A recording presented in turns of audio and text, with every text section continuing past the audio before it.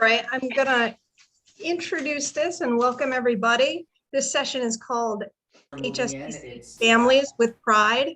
What I will say is we set this up as a meeting, so if everyone go on mute, that would be fantastic.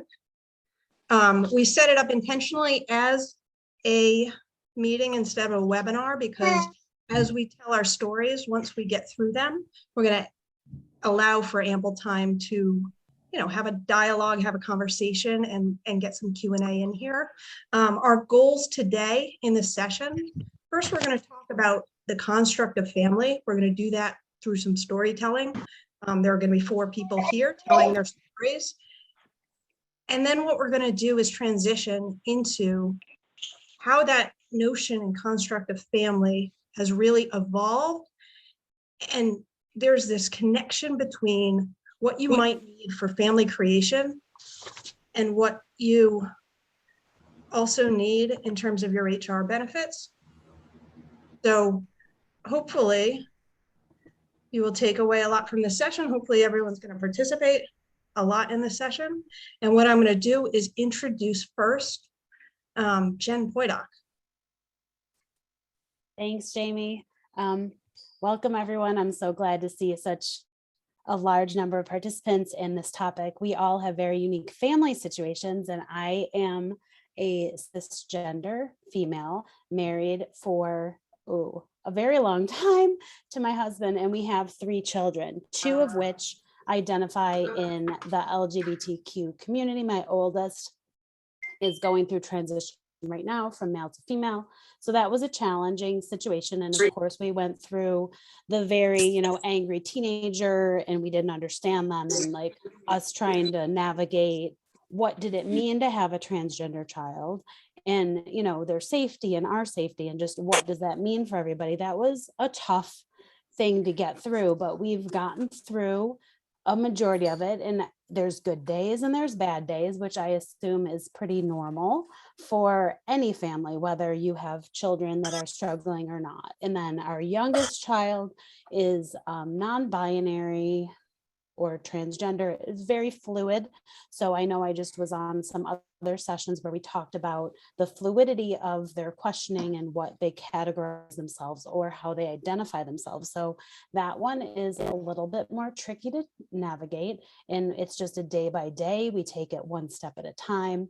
We try to be as supportive as possible while working with the doctors that we use to make sure that they have their mental health providers and that they have the proper health care that they need for what they're going through, as well as work with the school administration and also their outside activities. They're heavily involved with dance. So we did some communications with the dance studio ownership, and they were so welcoming, and they put forth a presentation from one of our healthcare providers, and they taught all of the staff about what it meant to have students that identified in the LGBTQ plus community as students within the dance studio, to make sure that there were no questions, or to make sure that they were able to help these kids not only experience the art and joy of dance, but to make sure that everyone was accepting into that environment. And it has been so incredible and so wonderful. So I really hope that other parents can stand up and be an advocate, like I have learned to be an advocate. So, but my oldest is currently 20 years old, came out to us when they were about 14, and it was a challenge. So we navigated through it, but I, as much as we struggled with it, I made sure that Ashley told other people, as much as we wanted to advocate for our children, we also thought it was very important to teach our kids how to self-advocate, even at that early identification, and telling everybody how they wanted to be called and what their pronouns were, what their name was going to be. The self-advocacy is something that we strongly encourage them to do, because we just wanted them to be able to help themselves if we were not able to be there with them and for them. Like, we couldn't be with them 24 hours a day, but we also made sure that they were safe and the choices they were making, because let's face it, teenage children do not always make the best choices in life. We also had to navigate some territories while being supportive, but also then being a parent, regardless of what they were currently expressing or identifying. We've gone through a variety of ups and downs with many of them. Ashley prefers she, her. Moth prefers they, them, he, him. So we just usually ask at that point in time what they prefer on that any given week, day, time. But we've found that it's brought us closer together as a family. And we're very lucky to have very supporting families, grandparents and aunts and uncles. And we've actually gotten quite a larger circle of friends. And I was a little bit nervous that we would have lost our support system, but I feel like we've gained so much more. So that is my crazy family, because they must have thought I was so open that I could handle two children with very different approaches to their identity, but we're doing okay, and we love them nonetheless. So Jamie, I can hand it back to you. Beautiful. I am having some camera issues right now, so apologies here. You may or may not be able to see me, but our next story and our next participant is going to be Leonardo Pachone Williams. So he will tell you his unique story. Thank you, Jamie. And I was having some issues too, so I hope this works out. This is just my journey towards family creation. Where I stand today, it's been 2 years since I adopted my children from Colombia. But the journey was over 5 years of trying different things and really working towards this goal that my husband and I wanted. Him and I met, and within a year we got engaged, we bought a house, and we early on decided that we wanted to have a family. He came from a small family with only a brother and a sister. In contrast, I have a large family with multiple cousins around my age, and we grew up together. Now we all live here in Buffalo, and we are very close. So they all have children, and the next step to having children, what's natural for me. Initially, my husband told me he wanted to be a father. I never had considered that option for me, but after going through the process and realizing that that's what we wanted and it was a natural next step for our relationship, we imagined what our family would look like and our kids. And of course, we thought, our biological children, will they look like me? Will they be tall, short? So we found someone we trusted that was willing to have our child. And we went through surrogacy and the fertility issues with her. We tried for 4 times. So that's already 4 months that we initiated that process until we found out that she couldn't have any more children. So immediately we got into treatment, and something somebody told me in the entire process early on was everything happens for a reason. For whatever reason, that seemed to be true for me. So after deciding that surrogacy wasn't our path, it was not meant for us, we started the process of infant adoption domestically here in the US, and we joined an agency. They have great support and classes, training. We met amazing people, and I'll talk about that in a second, because the connections that we made in this group are really what brought us to where we are today. We were super excited. We did the entire process. If anyone is familiar, it's a lot of paperwork, a lot of money.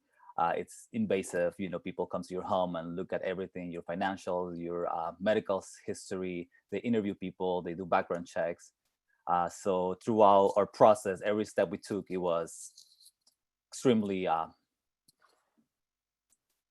difficult and just like invasive, I will describe it. But having in mind that ultimate goal of our family creation was kept us going. The infant adoption process is very competitive.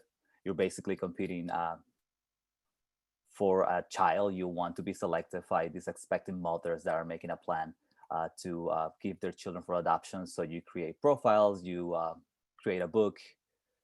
So it was almost 2 years and we haven't heard anything. We saw other couples in our class that were selected and were having their family created.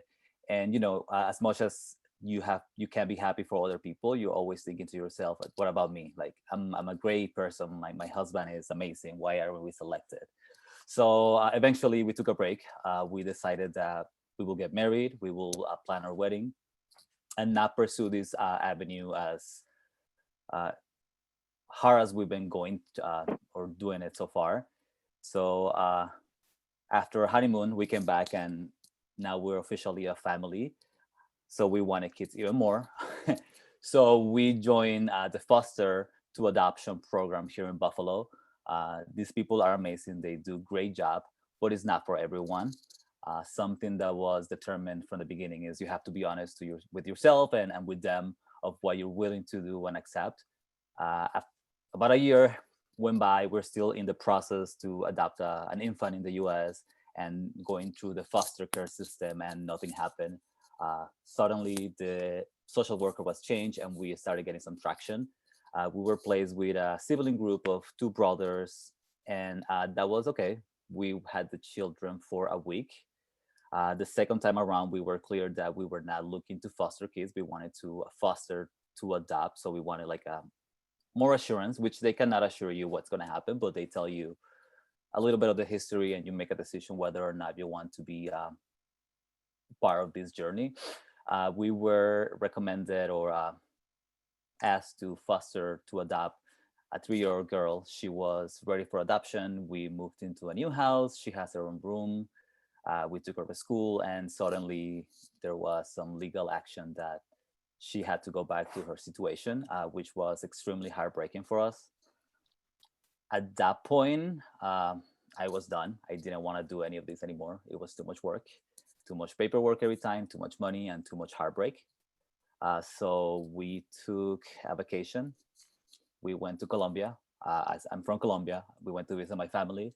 And at that point, is 2019 in February, there was a migrant crisis of Venezuelan families going into Colombia and leaving their children in orphanages because they will have a sure meal and shelter. So immediately we looked at each other and decided there's something we can do. So through the infant adoption process, we met a person that had adopted from Colombia. We asked for some information, and the next day we had a person from Colombia in our hotel with an attorney telling us what to do, how much would it be. And within 3 months, we were matched with this adorable family of 3. They were 3, 4, 5 at the time. It took 7 months from the time we initially said yes to the day we met and became an official family. It was the hardest time because we missed birthdays, holidays, special occasions. But ultimately in December of 2018, we went and met and became a family. We spent Christmas in Colombia. We were there for a month, and I'm happy to be here 2 years after with all these adoption issues and family creation problems in the back mirror. And all I have to worry is about normal parenting issues like, I don't like broccoli, or they argue all day long.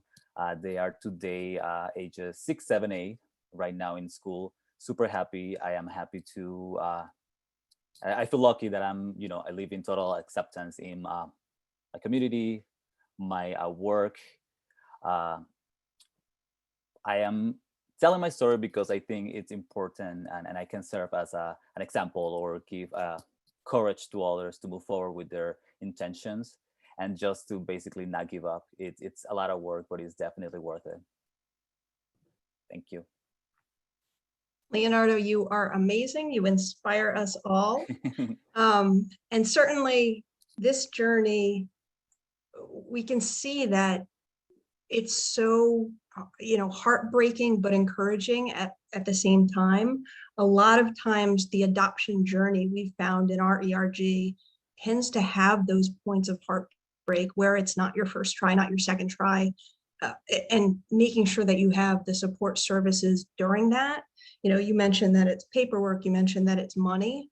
Again, we will get into those stories of HR benefits and how those will help you if you work with your HR partners afterwards, because obviously emotionally, this is so trying as is. And maybe while you're living it, you're not ready to come out with those stories to everybody. But having really good side-by-side companies and people that are your support system and policies that really help you are tremendously powerful. So thank you for sharing that. And now we're going to move on to Patty Schneider. Hello all, welcome. Thank you for letting us share our stories with you. I too am a mother of 3. I am a single mom at this point in time. And I'm going to share a little bit about my experience with you. My son was born in July of 1987, so a little while ago. And this adorable little mischief maker was the stereotypical mama's boy, you know, the snuggly, cuddly, wouldn't leave my side, adored me, perfect child. But then as he progressed through puberty, I had the privilege of raising an angry young man. This sweet child became moody, sulky, hypercritical, mad at the world, you know, typical teenage boy is what we all thought. Easily triggered by what seemed to be constantly changing. It was okay today, tomorrow it was the end of the world. He didn't fail, but he didn't apply himself in school. But he also maintained a strong core group of friends. He played in sports, was in scouts. But like I said, any minute could go from laughing and having fun to storming off, never an explanation, never a warning sign. Flunked out of college twice, and didn't know what to do, didn't want to do anything. To give it some perspective, you have to remember when he went through high school, we didn't have iPhones. You know, you had like the Walkman or the iPod if you were really lucky. You know, this was VHS times, you know, no DVDs, no streaming services, the T9 phone if you were lucky enough to have that, not the smartphones. So this was long before there was Google or YouTube or Reddit or WebMD or anything like that. All of his questions went unanswered, and therefore his insecurities grew. The school or public library didn't have books on what it meant to be transgender. He spent almost 30 years of his life scared and confused, hiding. He knew people who came out as gay. He'd seen them getting beat up at school. He saw the ridicule, the teasing. He heard the conversations said behind their back. That only exacerbated his fears and his insecurities. At some point, he met someone in college who had transitioned from female to male. And that was kind of the catalyst for him to start thinking about, okay, maybe it's time for me to consider and contemplate what it was I really need or what I really want. And at that point, he realized he wanted to be a girl, but he wouldn't act on it. As the internet opened up, as more and more people came out, as people shared their stories, it bolstered her. But she was so afraid of how people would react and of losing friends. And the hate against the gay community in the early 2000s was very real, devastatingly so. She graduated high school in 2005, but didn't come out until 2018 after she sought out a counselor and then spent over 6 months in therapy before she actually told anyone. She went to her girlfriend at the time, and fortunately, her girlfriend didn't react negatively. She was crazy supportive and encouraging. I was the next person that she told. It was a conversation that lasted several hours. I had so many questions. You have to understand, she was 30 at this time. I was blindsided. I didn't see it coming. Typical mama bear fashion, I was scared for her. I panicked as well. And I was selfish. In my mind, I had just lost my baby boy, and all of my hopes and dreams for his future disappeared. We laughed, we cried, we laughed again. I got scared again, but we talked through it and we got through it. She left my house at around 2 a.m. And I remember trying to sleep, but my mind was racing with more questions. So I did the one thing they tell you never to do, which was go to the internet, and I started Googling things. big mistake. Fortunately, and I hope everyone has access to this, at about 3:30 in the morning, I got on the phone to our employee assistance line, and a real person answered, and we talked. What should I do? What could I do? Connected me with names of therapists that I could reach out to in the morning. And just knowing that somebody was there and that I could talk with helped, calm me down a little bit. A couple of items that really stand out to me from that time is that first, it never occurred to me to disown or shun her. And as I said, I went to the internet and I was overwhelmed by the statistics regarding suicide and the homeless rates of transgender persons, because their parents or their families abandon them. Society abandons them. Like, I'm making a fist here because it just makes me mad to think about even still. This was my child. I could not imagine not loving her or claiming her as mine. This should never happen. No one should ever feel, especially by their parents, that they're not valuable. And so that really hurts and strikes home even after all of these years. Secondly, is I worked with a counselor on how to best support her. I learned I had to mourn first, and I wasn't comfortable with that. I didn't lose my son in that way. I did not bury my son. I felt it was an insult to even categorize it that way, and I fought it for a while. It took a while, and with counseling and with others, I worked through it. And once I did properly mourn the loss of Nicholas, I could truly focus on building a relationship with Nicole. And I really wish I hadn't resisted that phase, because so many people will look to you as the parent and follow your lead on how to treat your child. And you have to be in your best place to set that tone for them and for the community. Nicole will be one of the first to tell you that she is one of the fortunate ones. Her sisters and her brother-in-law accepted her immediately. She told her friends one-on-one, they all accepted her. As the news spread, you live in a small town, that happens. Others reached out with support and encouragement. Throughout all of this, she has also been very respectful of my feelings and what this meant for me, to the extent that she asked me to rename her. Her original birth name was after my brother who was killed, and she didn't want to change it because she knew how much it meant to me. But I knew she needed to do this. So on her 30th birthday, we had a party, and I presented her with her new birth certificate with her new name as Nicole Lee Schneider. And that was a really significant moment in our family, because it sealed the deal, so to speak. There are always going to be those who don't understand and won't try to comprehend it. But we know that we always have each other, and that her network is so strong that she can handle it with confidence. She is now truly happy. I mean, a complete 180-degree turnaround from that angry young man only a few years ago. She's still in the midst of her physical transition. She's not a dependent of mine, obviously, and so only has the state-sponsored health care, which basically covers nothing.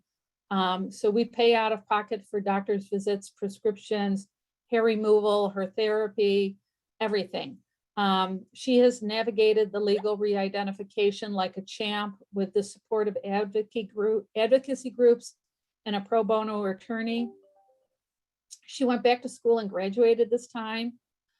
She's doing work that is fulfilling and is focusing on her next steps in her journey. She is reached a point where she came from that person so scared, crippled, to even mention it, to do that, to someone now who she just a few weeks ago was out at a restaurant or a bar, and there were people across the bar, and they were talking and making comments, and the bartender said, "I'm going to ask them to leave," and she said, "No, ask them if I can buy them a drink. I'd love to tell them my story. So to come that far is huge. She started a new job where she worked. They were so supportive. She started a new job. She went in there. She sometimes wonders, does everyone know? Because she takes certain pride when somebody says, oh, that girl really knows her stuff, and doesn't hesitate with the pronouns at all. So I am incredibly proud of my child, proud in the LGBTQ way, but proud as a mom.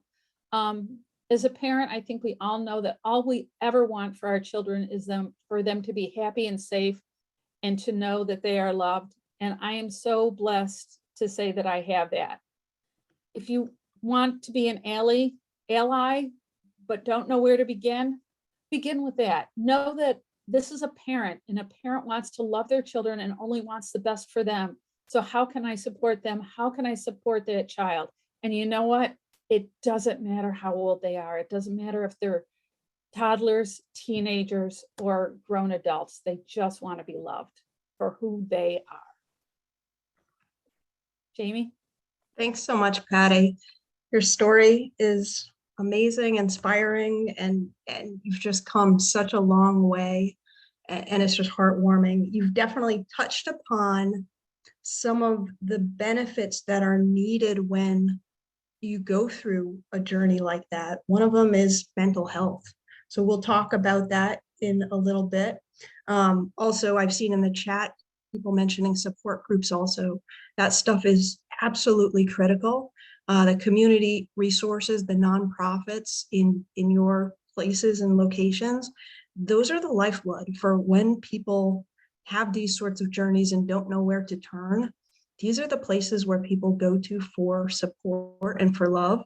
So we'll talk about a little bit, HR, as well as through your ERGs, what you can do to connect, from a philanthropic perspective as well, and then to your community, because these are all journeys that we're talking about, very different journeys, but there's a theme in there. I mean, everyone here is a parent, and it's all about love, and it's all about respecting whatever children you have, and however that came to be. It's amazing. So I apologize, my camera still is not working, but you can close caption, see me, you can hear my voice. I'm going to just tell the last story here. I'm a lesbian. I identify she, her pronouns. And my own journey towards becoming a parent started by getting married. I lived in Boston, Massachusetts. At the time, one of the most liberal states in the country. I got married back in 2011 and decided that I wanted to become a mother. I'm 44 years old now. I was in my mid-30s then. I worked for a large financial institution. I did what probably most people would do when they are looking to get any HR benefit and resource. I looked at our policies, and it said, okay, fertility benefits. We treat IUI, IVF, the full range of services. And I said, that's fantastic. Let's start off. So I decided through my work, what would be best for me would be in vitro fertilization. It's a little bit of an invasive process. It is a journey, certainly, in fertility. But that was the choice that I decided to make. I went through with that, started seeing the doctors, doing all the pre-tests, all that good stuff, submitted a claim for my insurance, just assuming, maybe naively so, that this was all going to be fine. And I remember distinctly getting a phone call one afternoon, and it was, hello, I'm some person from your benefits provider. I just need to verify a few things and ask a couple questions. And the first question, I remember it so vividly, it was, how long have you and your husband been trying? And I paused for a second, and I was like, well, full stop. I'm not married to a man. I'm married to a woman. And I could be trying for a long time, probably, and it's still not going to work. So here I am looking for fertility benefits. And I just remember there was like a long, awkward silence where the person on the other end, I don't know if they exactly knew how to respond, but the gist of the response back to me was, you're not clinically and medically infertile. You are gay. As if it were a choice, as if it were something that I don't know. I've never felt so much of an like an outcast, like someone who didn't belong. I guess that was my realization moment in my life, that not everything is going to be perfectly easy or equal. And in that moment, you know, I had to come to terms with, holy cow, this is going to be massively financially draining to go through this process. Do I want to continue on this journey? The answer for me was yes, of course I do. Being a mom was what I was born to do. It's exactly what I wanted to do with my life. So I did that, but I paid for fertility treatments completely out of pocket. What that did is it turned on a switch in my brain that said, wow, I've got to become more of an activist here, because this isn't right. This doesn't feel right. So I went to my HR department and I had that conversation. I said, look, your policies, they really are leaning towards infertility instead of thinking of this as really affirming fertility type benefit. What can we do to change this? And at the time, this was 2012, so almost 10 years ago, Defense of Marriage Act was still up. And honestly, I got sort of brushed off. It was, sure, thank you for that. We'll take a look at improving our policies in the long term. But I knew that in the short term, not much change was going to happen. And at that time, my company was not receptive to that sort of change. So I had my first child. I took my maternity leave. I came back to that firm, and not 6 months later, I left that firm. That firm I had been with for 13 years. It was otherwise a fantastic firm, but you realize, you know, what Out and Equal promotes so much is this business of belonging. And if you can't connect with your company and you don't feel like you're being listened to or seen or affirmed, you're going to leave. Because if you can't be who you are and your authentic self, and someone's not going to support me, not going to support my family or my goals for creating a family, I had no business to be there. So, you know, again, that was 2012. A lot has changed. I moved to Chicago, Illinois when I had my second child.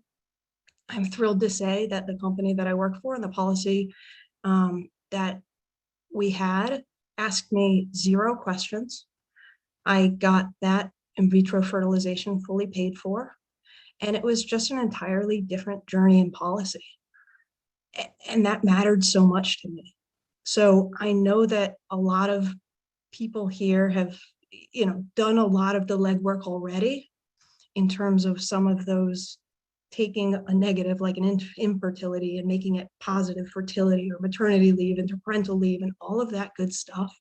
But just know when you live it, it lights a fire in you. Like we just listened to that Brianna Scurry conversation where she just said, if I didn't get a concussion, I wouldn't have met my wife. So it's like taking that terrible moment and making a positive of it. If I had not been denied fertility benefits, I can promise you I would not be here today. I'm the national co-chair of our ERG, and that lit a fire where I personally take it within my gift to try to help every single family, every single person, and make those journeys towards family creation or just family sustainability. That's my passion. So, you know, I'm grateful, I'm joyful, and even more exciting and kind of fun to take a spin on this family bit. One thing that I never realized when I created a family, be a sperm donor, was that you could put your name on a registry to basically say, I had a child with XYZ donor, and you could get in touch with other people who have the same donors. So I am now in touch with 15 children who are half siblings to my kids. And I'm thrilled to announce that we vacation together. We annually go on trips together, and my kids have this insanely beautiful extended family of kids throughout the country. We actually, a couple of years ago, were on CBS. Their morning show did a story on us. It's just the coolest thing, where I never ever would have thought of that. But at the same time, I have the gift now of this unbelievably, incredibly large and unique and crazy story and family. And that's basically my story. So what I'm going to do now is I will note, I'm not going to put any slides up because I like the kind of context of this as a conversation. I will note that in our files bit, in this session, we do have a deck where now the HR bits of our story that I'm going to sort of probe a little bit and talk about are in there for you to take away. So feel free, as well as all of our bios and contact information. So if you want to get in touch with anybody on this call and either share more stories, resources, any of that, feel free. We are an open book, and we just want to share with you. So I'll start the HR conversation, and after I do this, we can get into a total Q&A session, which I would like to leave at least 15 minutes because I know you all have something good to say. Some of the benefits that we really have heard throughout the session would be: one, family planning. Are your policies at your firm robust when it comes to adoption, when it comes to surrogacy, when it comes to fertility, and even more so, one that people might not think about, when it comes to legal services? Now, you heard Leonardo, obviously, in his adoptive process, he had to go through a lot of paperwork. In my own process through fertility, it was really interesting and painful, I guess, because when I had my first child, Defense of Marriage Act was still up. And I'm sure there's going to be people on this call to say, I know this journey. What I needed to do to ensure rights for my wife, because it was my biological child, was go through the co-adoption process, which basically is me giving up my biological child for adoption, going through that whole adoptive process, and then adopting back my own biological child with my wife so that both of us would be adoptive parents with equal rights. So that process involves a lot of paperwork, involves a lot of legal, money and services. If you listen to either Patty or Jen's stories, there could be name changes officially. There could be all of that sort of stuff where if your company offers some sort of legal services, it's a benefit where you wouldn't think it's an LGBT thing, but you can utilize that sort of service. So probe into that if you don't have that, or if you haven't sort of looked at that already, because I think it's more common than you think, where you have to use some sort of legal service. And if you have, it's usually very low cost to have that service. On the transitioning and transgender front, as we heard, there are therapies, there are surgeries, there are preconditions that you have to meet to have any sort of benefits like this. But push your HR teams and benefits providers to just be transparent about what do those conditions look like? Are there lifetime maximums to your services? And also, if you have flexible spending accounts or healthcare savings accounts, do you have the ability to save for things like hormones and things like that on a tax preferred basis? I know that when I came to HSBC, we didn't note that specifically in our HSA type paperwork, and we do now. We put it out there. It's very explicit that you can utilize those tax preferred savings methods for transgender services. So That's a big thing. The last other things that I can think of right off the bat would be mental health. People in our community struggle a lot, and parents struggle a lot too as we go through these journeys. So having something like Patty said, the employee assistance programs, it's a 24/7 sort of line. It's a lifeline. It's, or also nonprofit partners like a Trevor Project. You can call 24/7 as well. Having those sorts of services where someone can reach out and you can get mental health counseling and services, it's absolutely critical in this journey. The other things to think about also as a community resource, are you as an ERG connecting with your community and connecting from a philanthropic view? If you have incredible HR benefits, take that next step and connect with your community. Support nonprofits, support the resources that are needed and available in your communities. And those organizations help you learn and help you figure out what the best practices are. And they're just so rich and amazing. So I will pause there. And what I'm going to do is I'm just going to open it up. We have almost 20 minutes left. I set this up again as a meeting. So anyone, by all means, you can take yourself off mute. You can either ask a question, or if you want to share a story, we left the space and the time where you can do that. So I will put myself on mute for a moment, and anyone, by all means, I can DJ it, or you can specify your questions towards anyone.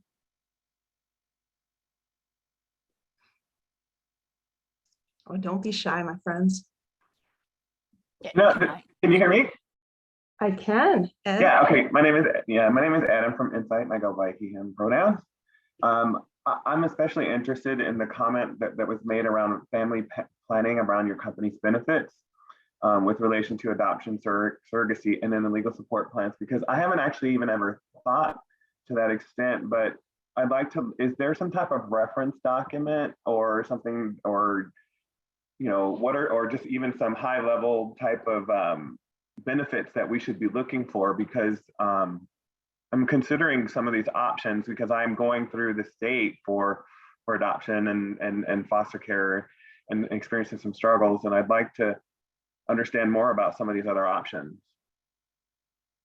I guess I'll point that one. Leo, if you want to come off mute, do you want to talk about some of, I guess, the more paperwork intensive bits and the legalities of what you've gone through as a journey, just to enlighten everyone? And then I can touch upon a little bit of what we offer at our firm anyways.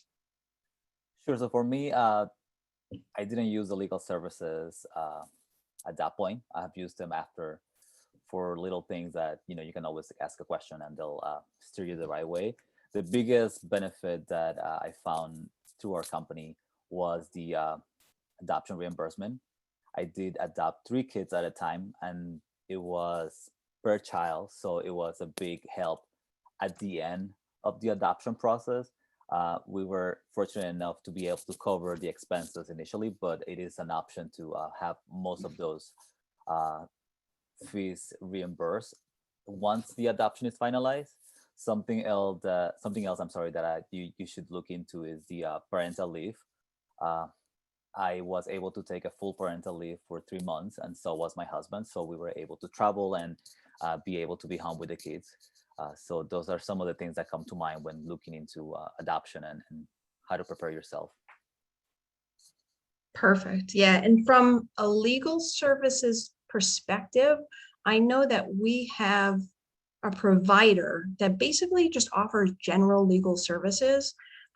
I don't know the full extent of, I don't think it has specific things that you need, but if you need paperwork looked over, I'll use an example of myself when I was going through fertility with my second child.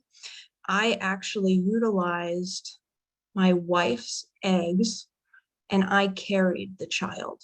And for whatever reason, our fertility clinic, I was in Chicago, Illinois at the time. Their paperwork either wanted it to be super binary, either my wife was going to be an egg donor and I was going to have all rights over the eggs and the outcomes, or conversely, they wanted me to be a surrogate. So my wife's eggs, myself carrying, as soon as I birthed said child, I would relinquish all rights to her. Those were the two. And again, I'm sure that things have evolved in the last 10 years or so, but those were the two options with their standardized paperwork to do it. So what I utilized, and I didn't have at the firm I was at that time, any sort of legal services, is we just had to basically mock up the agreements, basically saying we're 50-50 on this. We're married. If something should happen to any of us, the other gets the rights over the child. But if for some reason we divorce or, go through some sort of separation, it is going to be 50-50 mutual on the rights to these unborn embryos. So it's just one example of some of the legal paperwork, but I think we can use a lot of examples. So if your firm has that or could work with some partners, certainly reach out to me. I can get you the name of the partner that we utilize. But typically it's very inexpensive. So I can see on my screen Ashley with her hand up. If you want to go, just take yourself off of mute and we'll call to you next. Thanks, Jamie. I tried writing in the group chat and then realized it was going to end up being a long message that was probably going to get confusing. So easier just to say it out loud. So I am going through something similar right now, as I think it was you that was talking about it. I apologize, I was on my phone earlier. But the same-sex family building and the company benefits, I'm very new to all of this, but we are trying to build our own family. And the only benefits per se that my company offers are around adoption fees. So I had a few more questions about how, when you changed companies, what was the wording around those benefits that allowed you to be able to use them in the way that, we obviously need them, being two females. It's not necessarily infertility. Does that make sense? Yeah, that makes sense. For me, it was a change in providers. I think at the time, I won't call out any provider names, but it was a different healthcare provider. But a lot of times, what I've learned through partnerships with other firms is even if people have the same healthcare provider, let's say, for example, you and I, both of our companies utilize Blue Cross Blue Shield, that a la carte menu of services might be a little bit distinct for each of your firms. And it sort of depends on company size and just what your firm signs up for. So if for some reason your firm, you see some sort of fertility or infertility benefits, I'd say your best way to go about it would be to get in touch with your HR provider or your own HR department, who's going to be a liaison to your benefits partners. One thing I will say, if you want to have a tremendously potent and powerful ERG at your firm, befriend your HR department. When you're thinking about if you have an executive sponsor that rolls over or something, it is amazing to have someone within our community, but also to have that allyship with HR is, that's where the change really gets affected. So I would kind of task you all with making sure, if you don't have an incredibly strong relationship with high up people in your HR department, the goal would be to tell these stories. Tell them, I'm in a same-sex relationship. This is what I want. I see that you have this for infertile people medically. Let's talk about equality, and let's talk about this is not the only way towards family creation, and what can you do for me? And what I've found, at least, is for the most part, firms nowadays, they want to help. And it's more about, they just don't know. They don't know that a form is not friendly on a gender non-binary, viewpoint or something like that. They don't know what they don't know. So if you push your whether it's healthcare or just your firms in general to say, you know what, make it possible for me to go and change my name in my HR directory if I am transitioning. Most of the time they can affect that change pretty easily, and they will, and they don't have any issues with it.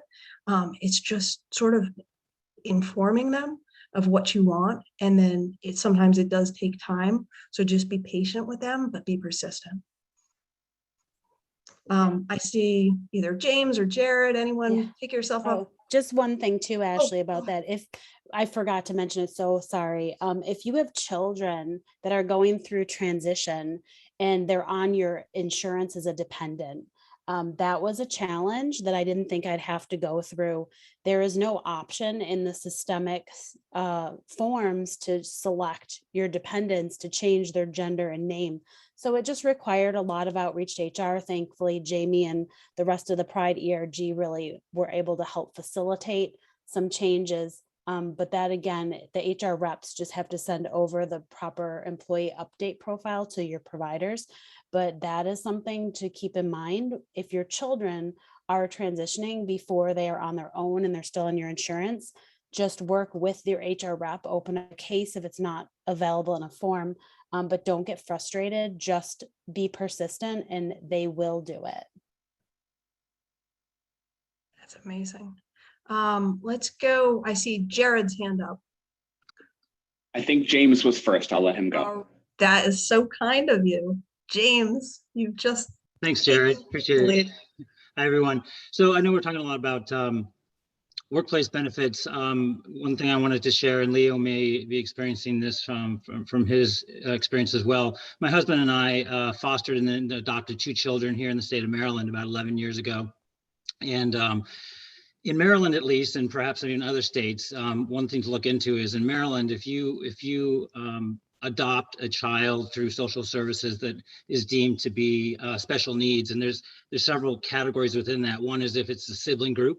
One is if it's a minority race child, and then if they have any medical conditions like ADHD or even eye issues or whatever, they can be deemed as special need kids when you adopt.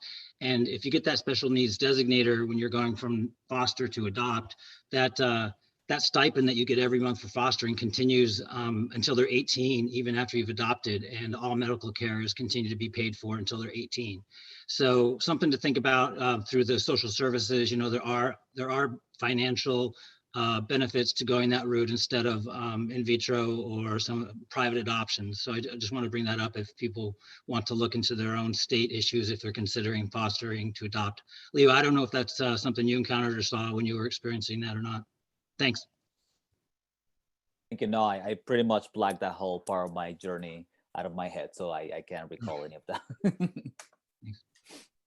Perfect. Now we'll go to Jared, because I see your hand still up. Hi, I had mentioned this in the comments, but I thought I would offer to the group in case my experience can be helpful. At the last bank I worked at, I'm now at JP Morgan Chase, where this is not an issue, but the last bank had in their US employee handbook, it literally said you need to have engaged in 1 year of frequent unprotected heterosexual vaginal intercourse to be covered for the $30,000 fertility benefit they offered. And that's pretty graphic language to be in an employee document. And so I emailed the CEO of the bank, and I'm happy to share that email with anyone who would like a copy. I'll redact the names to protect the guilty, I guess. But I said, can you help me reconcile this sentence with what you say about you want, a gay man to feel welcome, and you want, your trans employees to feel welcome. Because I said, this makes me believe that our bank believes that a gay couple's desire to have children is less important than a straight couple's desire to have children. And to his credit, he emailed me back an hour later and said, let me look into this. And to, cut a long story short, it took a year, but the policy has changed. So it is now an inclusive policy, but it does, I have found in my career, sometimes it helps to go right to the top, because the CEO then panics, forwards it to his chief of staff, who forwards it to the head of HR, who forwards it to the head of benefits, and it starts a different chain than trying to work your way up on something like this. So anyone who'd like a sample, please, I guess, either put your email address in the chat or send me a message on LinkedIn. I won't use my JP Morgan email account to throw another bank under the bus. Thanks. Perfect. I can't see anyone else, but is there anyone else? By all means, take yourself off mute, go for it. Hi, Jamie, it's Patty. One thing when you talk about legal resources and that I want to point out or just offer guidance for, I had mentioned Nicole was fortunate and had a pro bono attorney work with her. One of her biggest challenges coming out at her age and transitioning is that she had already developed a credit history. She had already had college transcripts. She was able to change her name and her gender with the Social Security office almost immediately compared to what it took to change her college transcripts. And her credit report still is not, they won't amend it. The hoops that you have to go through for that, she's been at risk for, first of all, there's gender identity issues, but now she has identity theft potential issues because of this as well. But because in order to do her college transcripts so that she could finish her college degree and carry her credits over, she had to go back to her high school, her middle school, all of her elementary schools, and update them all individually. There is no central, at least in New York, in our county, central repository for any of this. And I see Jen nodding, so she must. Yeah, I was going to say, because again, back to the child piece, because legally we didn't change names till like 18 for a lot of reasons, partially because Ashley always knew what her name wanted to be, but my youngest, who's 15, we've gone through 7 names in 2 years. So I some days don't know what to use. I use the wrong name. I mean, I make every mistake under the sun, but still wake up every morning, still going to try again. But we worked with the school administration. So even though legally we're going through the process to change it, the school did issue a diploma in the preferred name. And now all those records have been changed for Ashley. So I would go down the same path for Moth and make sure that when we're getting close, if that's still the same name, don't know, we will do the same, make sure that at least a certificate is printed with the proper name, because that just means so much. Yeah, it's a little maddening and it's hard to navigate. So encourage you to consult with, if you have in your communities Pride or LGBTQ plus support groups, they may be able to connect you with attorneys or folks that have navigated that, or but I think the biggest thing you need with a lot of this is patience and determination. Definitely determination. And grace. Have grace with yourself. We're all going to make mistakes, even the best set intentions. Yep. Just, be forgiving. That's an amazing wrap up. So we're approaching right now the top of the hour. I want to thank everybody for joining this session. Hopefully you found it informative. By all means, get in touch with any of us for further conversations, because we love to share our stories and we really want to lift all of our policies and benefits for everybody, because the more we do with our own individual firms, the easier it is for everyone's firm, small or big, to make that good change. So thank you so much, everybody. Enjoy the rest of Out and Equal. I know we're winding down and coming to a close.